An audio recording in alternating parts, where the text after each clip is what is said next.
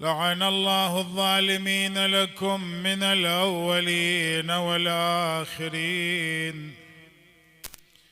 إلى قيام يوم الدين. صلى الله عليك يا سيدي يا مولاي يا أبا عبد الله، يا رحمة الله الواسعة، يا باب نجاة الأمة. طبت حيا سيدي وطبت شهيدا، وطابت الأرض التي فيها دفنت، وفزت والله فوزا عظيما. صلى الله عليك وعلى ولدك أبي الحسن الهادي. السلام على الإمام المظلوم المسموم، السلام على يا من فت فؤاده بحر السموم. يا ليتنا فيا ليتنا كنا معكم سادتي، فنفوز فوزا عظيما. ليلة شهادة الإمام الهادي، رزقنا الله وإياكم زيارته في سامراء وشفاعته في الآخرة يا الله. يا نقي العباد يا ابن الجواد،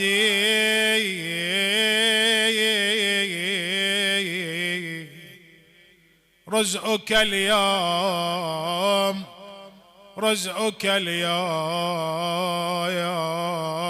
قد فت فؤادي، رزقك اليوم قد فت فؤادي، ودعت مقلتي تصب دموعا بانتقاد ولوعة، بانتقاد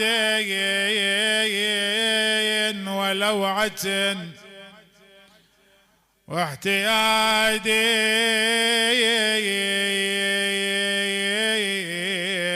حسبك الله حسبك الله يا صروف الليالي، حسبك الله يا صروف الليالي. قد تركت جفني حليف سهادي، وتركت قلبي يشب ضراما، وتركت قلبي يشب ضراما للذي ناله علي الهادي. أيوا سيداه بعد أن جرعوه الزماجركم الله، أخرجوه من أرض طيبة مكرها، أحرموه الجوار للأجداد. بعد ذا أنزلوه خان الصعاليك، ونالوه بالأذى والعناد.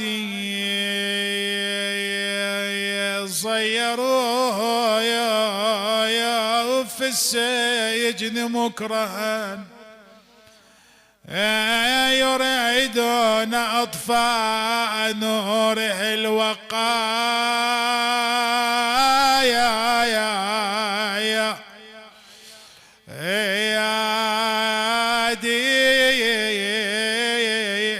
هنا المصيبة هنا اللوعايا، جرعوه السم ينفله في عليه، يفديه بالأهل والأولاد.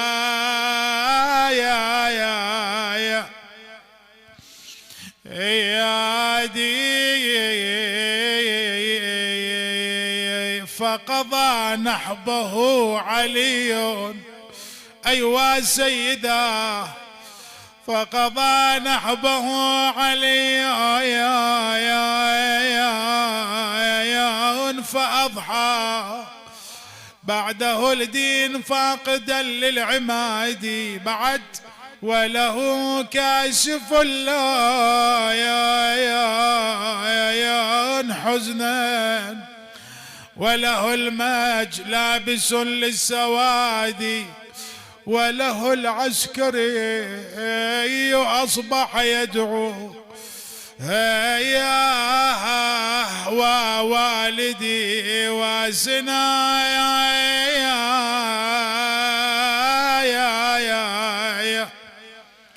يا دي لمن العزاء؟ لك العزاء سيدي يا صاحب الزمان في جدك الإمام علي الهادي.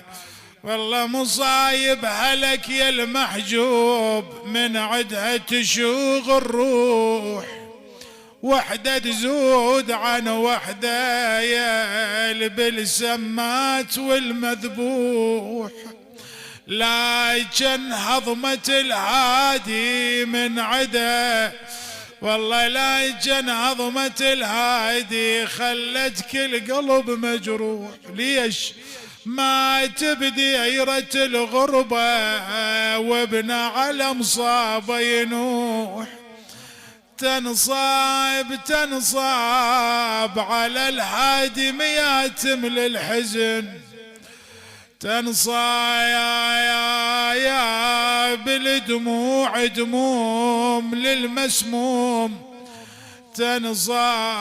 يا بالمركب دكب التريت تنصاب ولا اشوفك تلوج على الوطيه هاي ولا اشوفك تلوج على يا الوطيه. لا حول ولا قوة إلا بالله العلي العظيم. إنا لله وإنا إليه راجعون.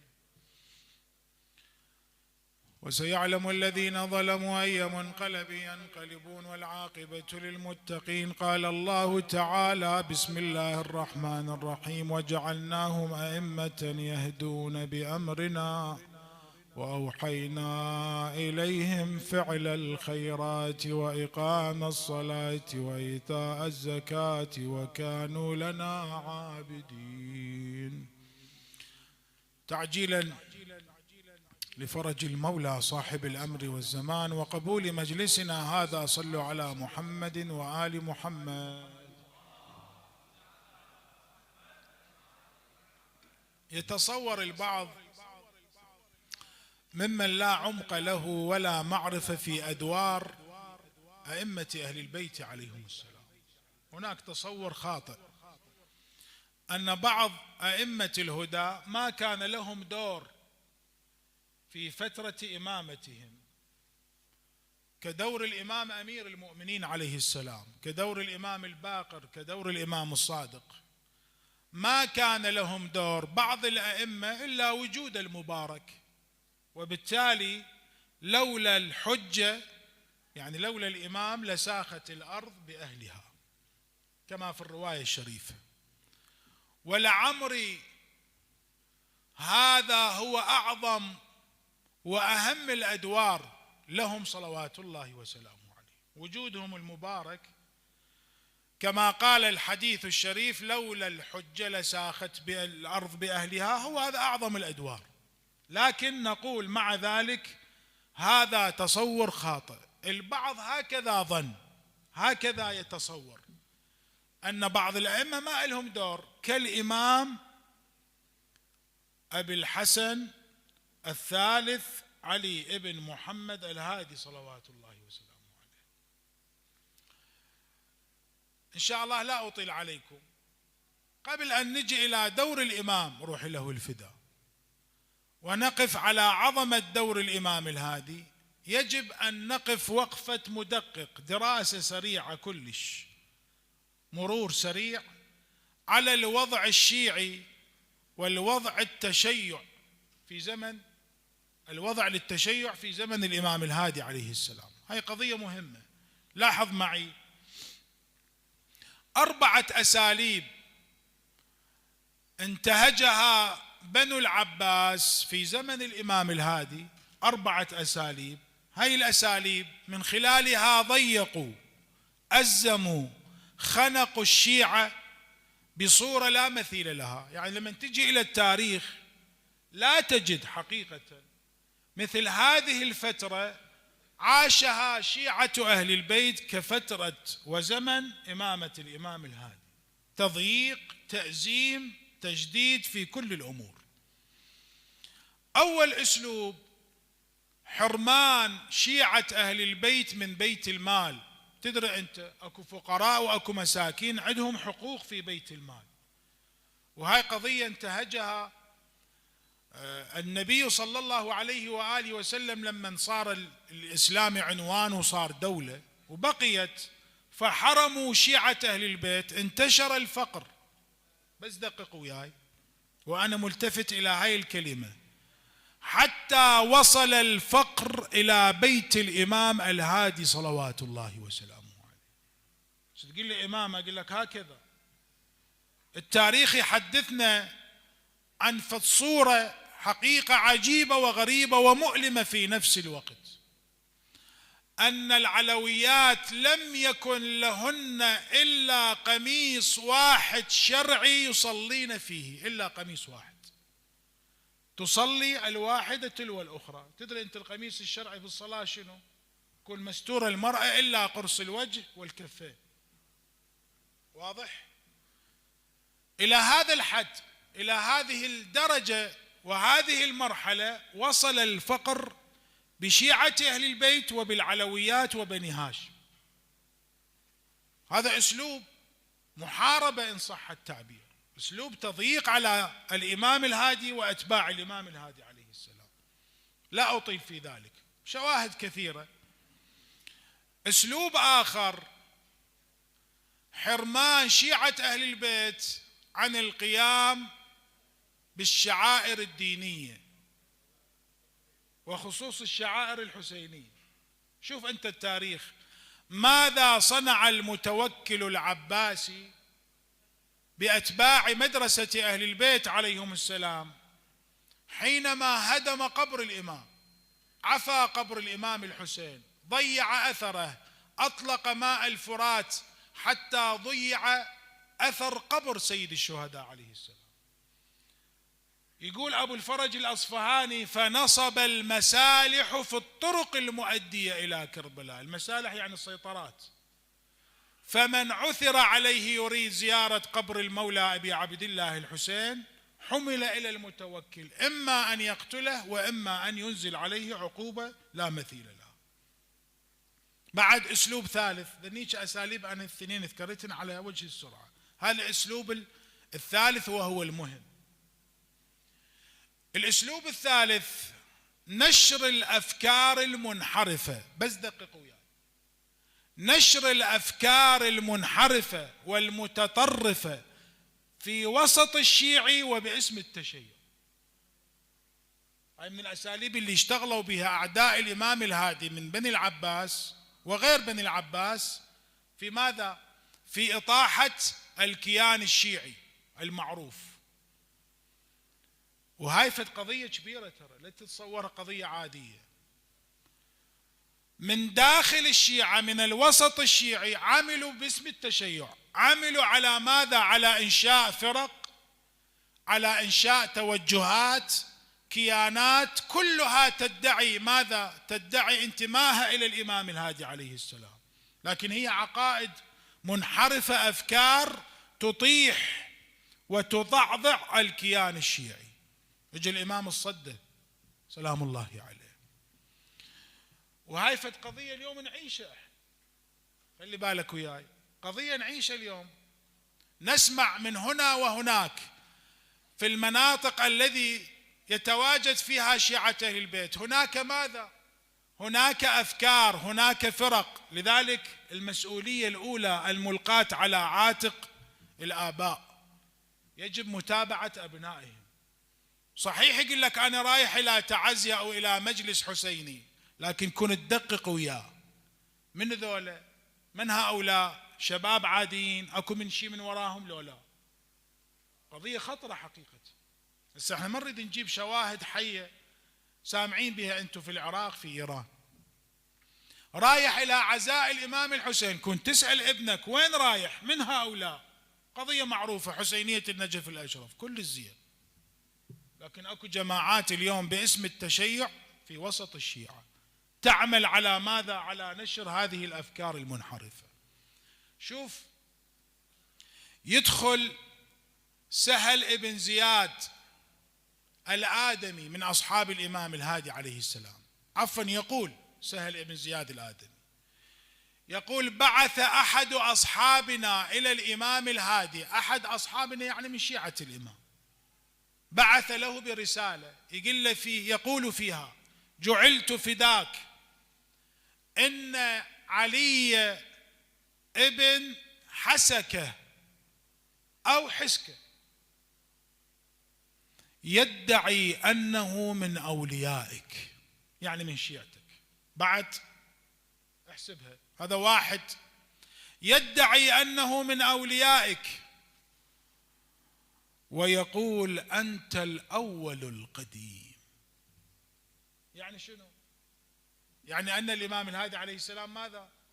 الله والعياذ بالله. ويقول أنك الأول القديم، ويزعم أن الصلاة والزكاة والحج والصيام هي معرفتك. هاي الأفكار نفسها اليوم موجودة.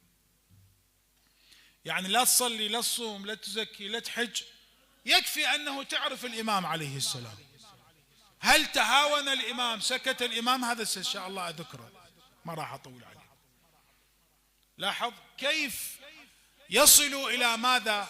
من خلال أهل البيت، من خلال حب أهل البيت. أنت تشوف القضية بصورتها الظاهرية، حب أهل البيت والحسين وأهل بيت الحسين، لكن تعال تعمق بها، شوف بها مشاكل مع الله تبارك وتعالى. الأسلوب الرابع: القتل والإبادة. كل من ارتبط بعلاقة مع الإمام الهادي أو وجدوا له ماذا؟ هنعبر عنها مراجعة للإمام الهادي، صفي وقتل أبيد. هنا السؤال: ماذا صنع الإمام الهادي؟ هل وضع رجلا على رجل أو يدا على يد وصار ينظر الأمور؟ لو لا، الإمام تحرك سلام الله عليه. ومن واجب الإمام: وجعلناهم أئمة يهدون بأمرنا، كما افتتحت الآية. الإمام تصدى لمثل هذه الأفكار، تصدى روحي له الفداء لهذه الأساليب العدائية ببعض العلاجات. أذكر علاجين كيف الإمام عالج مثل هذه الأساليب اللي صدرت من بني العباس.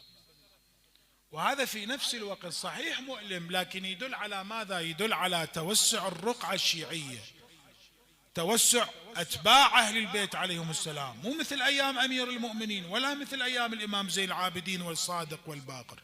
لا، أكو اتساع، اللي بحيث إجا أعداء أهل البيت عملوا على أو بهذه الأساليب، فتصدى لها الإمام الهادي روحي له. العلاج الأول، خلي بالك وياي، العلاج الأول: الإمام الهادي ركز على نشر أو على إنشاء شبكة نيابية كبيرة. شنو يعني شبكة نيابية؟ في كل مناطق اللي بيها شيعة أهل البيت تجد وكيلا للإمام عليه السلام.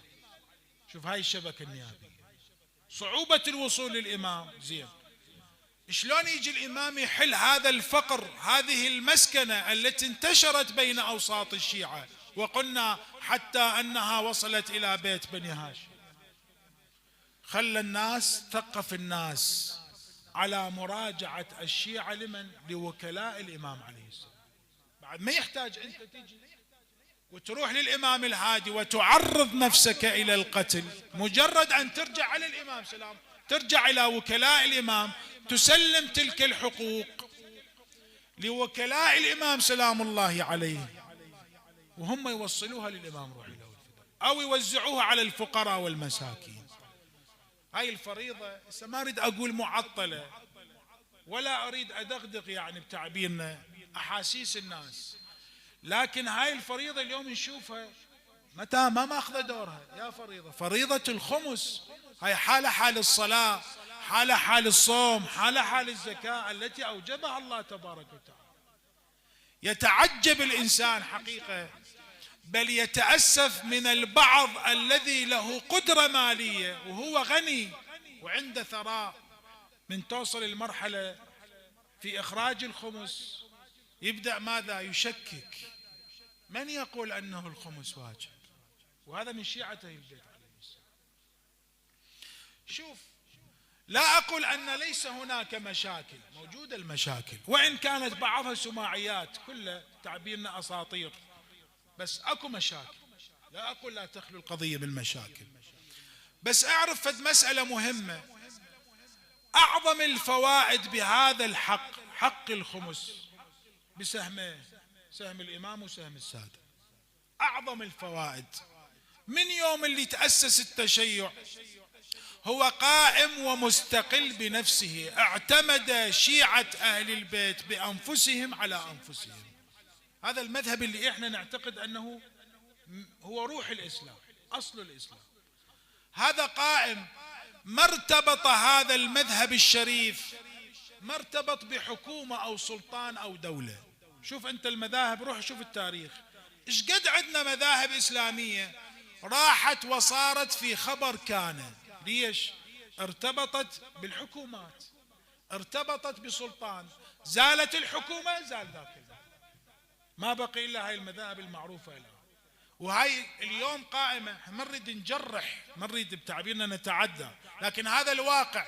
هاي المذاهب اللي اليوم احنا نعرفها ما قامت ولا زالت قائمة إلا بالحكومات. إذا راحت الحكومة انتهت المذهب، إلا مذهب محمد وآل محمد صلى الله عليه وسلم، قائم مستقل بنفسه. تدري ليش؟ لأنه تعبيرنا تمويل ذاتي، ما معتمد على حكومة، ما معتمد على سلطان، هذا كله بجهد وتعب أهل البيت عليهم السلام. هاي من أعظم الفوائد. فإجا الإمام شكل وأنشأ شبكة نيابية جعلها في المناطق التي يتواجد فيها شيعة أهل البيت. أسلوب الثاني، حث الناس على ماذا؟ على إقامة الشعائر الدينية، وخصوص الشعائر الحسينية. تدري أنت الشيعي وروحه قلبه نفسه ماذا؟ أن يجلس مجلس على أهل البيت عليهم السلام. جرد الشيعي عن الشعائر الحسينية، هاي الشعائر الإلهية، جرده يموت الشيعي. اجى الإمام أكد على هذا الموضوع. تدري أنت الشعائر الحسينية واجبة لو مستحبة؟ شو تقول أنت؟ مستحبة.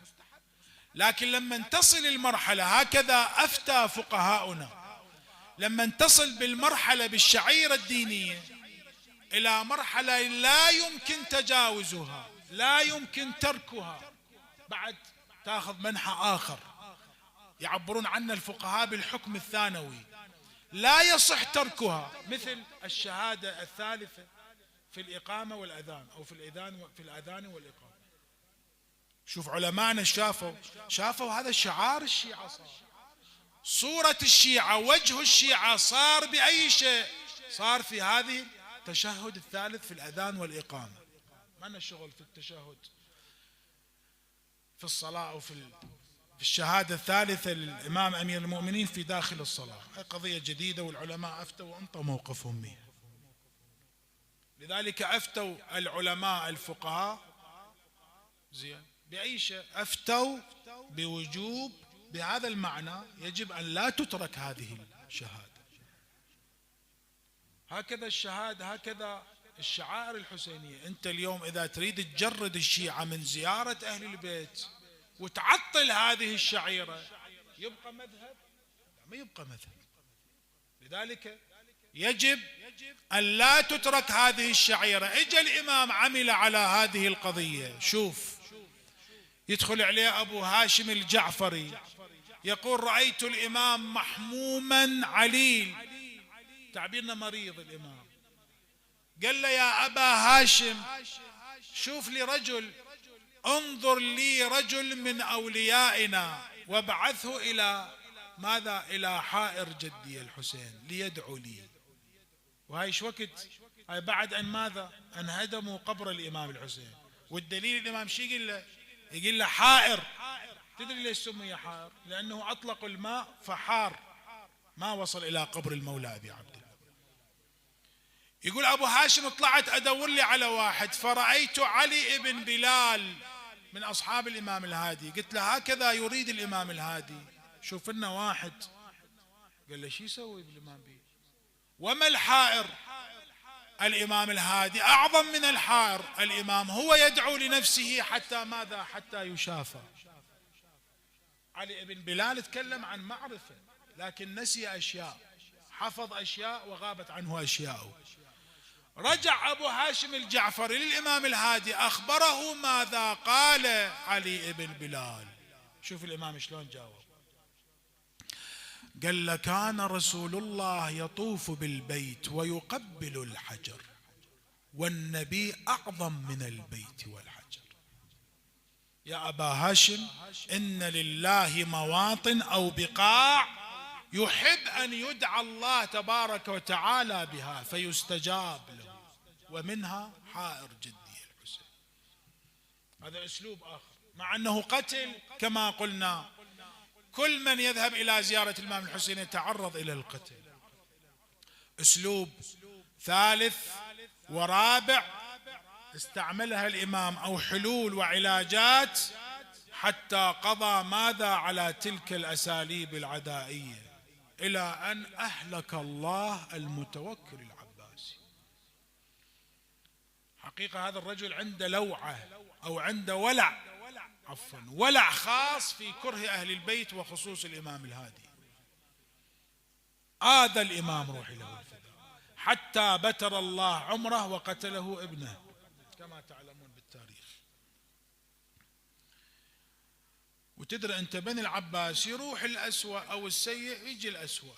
اجى من بعد المعتز، شاف الإمام عليه السلام يوم عن يوم وأتباع الإمام وشيعة الإمام تتسع رقعتهم، ففكر وقدر وصنع أو فعل كما فكر وقدر، فدس إلى إمامنا روحي له الفداء سم قاتل.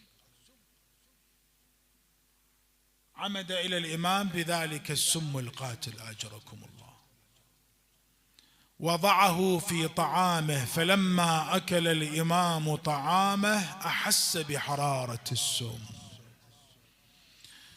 كأنها سكاكين تقطع أمعاءه. سلام الله عليه. الله يرحم سيد جعفر الحلي يقول من مبلغ حيدر الكرار نائبة يشيب لها قذال الرأس في الصغر، ماذا يوم به سمم الهادي بغربته، يوم به سمم الهادي بغربته حتى قضايا فتكدر البشر بالكدر يبكي عليه العسكري بحرقة أجركم الله.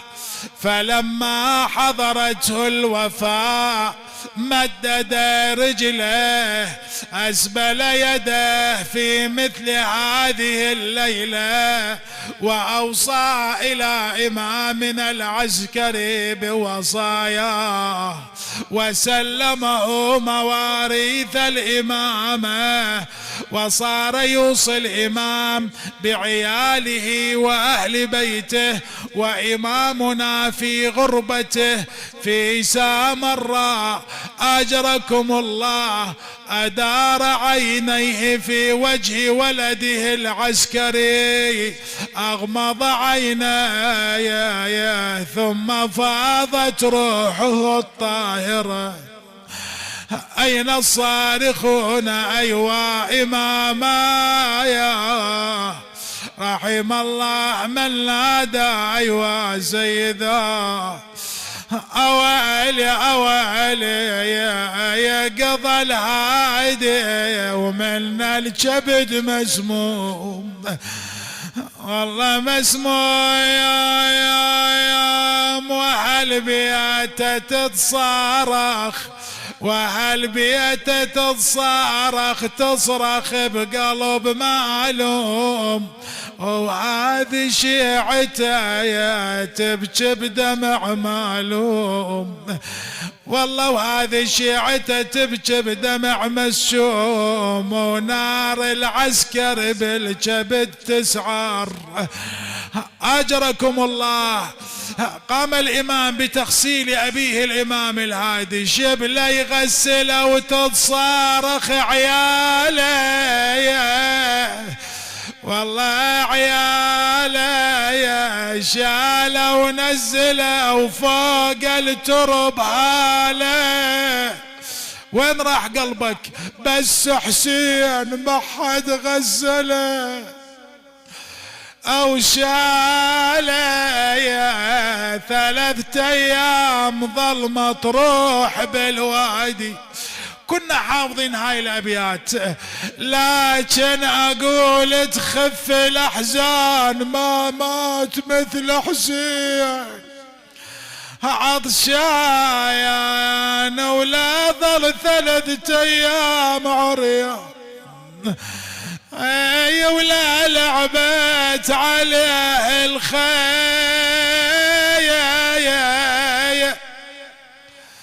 يا الميدان. بعد اريد اقرا لك للامام الهادي ابيات الدعاء.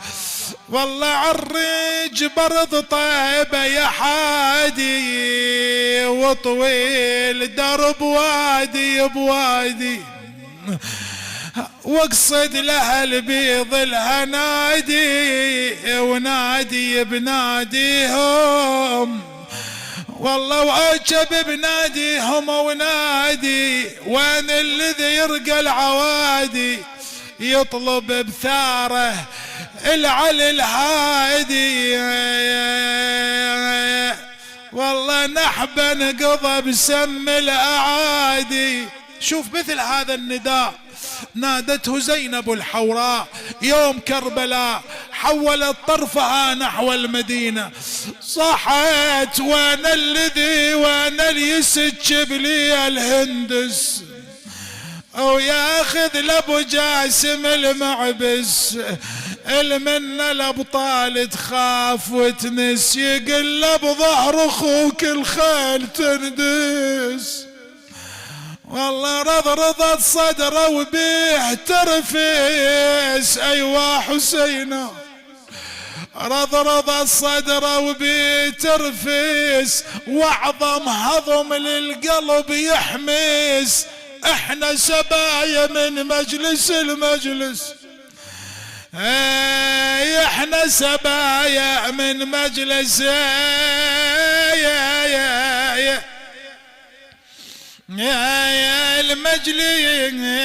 المجلس، هذه زينب ومن قبل كانت بفنا دارها تحط الرحال.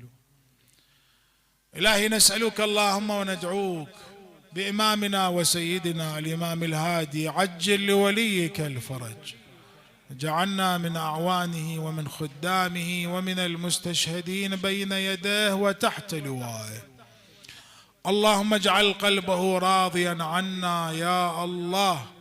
إلهي بالإمام الهادي من سألنا الدعاء أوصانا بالدعاء، اللهم اشف مرضاهم واقضي حوائجهم، لا تفرق بيننا وبين محمد وآل محمد طرفة عين أبدا في الدنيا والآخرة. تقبل من المؤسسين من الخادمين في هذا المكان المبارك، اجعل ثواب ما قرأناه إلى خادم الإمام الحسين المرحوم كريم الشكرتشي، اللهم تغمده برحمتك الواسعة، احشره مع أوليائه محمد وآل محمد، اللهم نور قبره نور قبره نور قبره، اجعله روضة من رياض الجنة، عرف بينه وبين أوليائه أهل البيت عليهم السلام، إلى روحه وإلى أمواتكم أموات المؤسسين السامعين، وإلى جميع شيعة أمير المؤمنين، لا سيما العلماء الربانيين الشهداء خدمة الإمام الحسين من خدم في هذه الحسينية المباركة.